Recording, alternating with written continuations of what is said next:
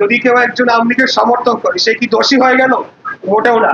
বাচ্চারা বড় হচ্ছে, নিঃশ্বাসের সাথে বিষাক্ত ধোঁয়া, বিষাক্ত গ্যাস তাদের শরীরে প্রবেশ করতেছে। এই বিষয়গুলো নিয়ে অন্য কোনো দলকে আমরা দেখি নাই কথা বলতে। তাদের খালি একটা ভাঙা রেকর্ড, চাঁদাবাজ চাঁদাবাজ চাঁদা, মানে বাংলাদেশে আর কোনো সমস্যাই নাই। 2024-এর 5ই আগস্টের পর এই একটাই সমস্যা বাংলাদেশে হয়েছে, আর কোনো সমস্যা তার মানে নাই, সেগুলোর কোনো সমাধানও তারা দিতে পারে নাই। তাই আমি আপনাদের বলবো, এখন দেশ বাঁচাতে, মানুষ বাঁচাতে আগামী দিনে ধানের শীষের কোনো বিকল্প নাই। আপনারা ধানের শীষে ভোট দিবেন। আমরা আর কোনো মারামারি হানাহানি চাই না। আমরা একটা শান্তিপূর্ণ বাংলাদেশ করতে চাই, এবং সকলেই যেখানে মানুষ হিসেবে বাঁচবে, তাদের নাগরিক অধিকার নিয়ে বাঁচবে।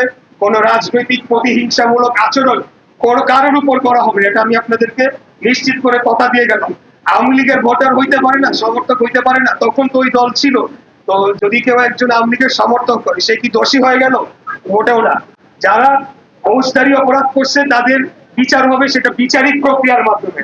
আর বাকি যারা আছে তাদের ব্যাপারে কোনো ধরনের প্রতিহিংসামূলক আচরণ করা হবে না, এটা আমি নিশ্চিত করে গেলাম। আপনারা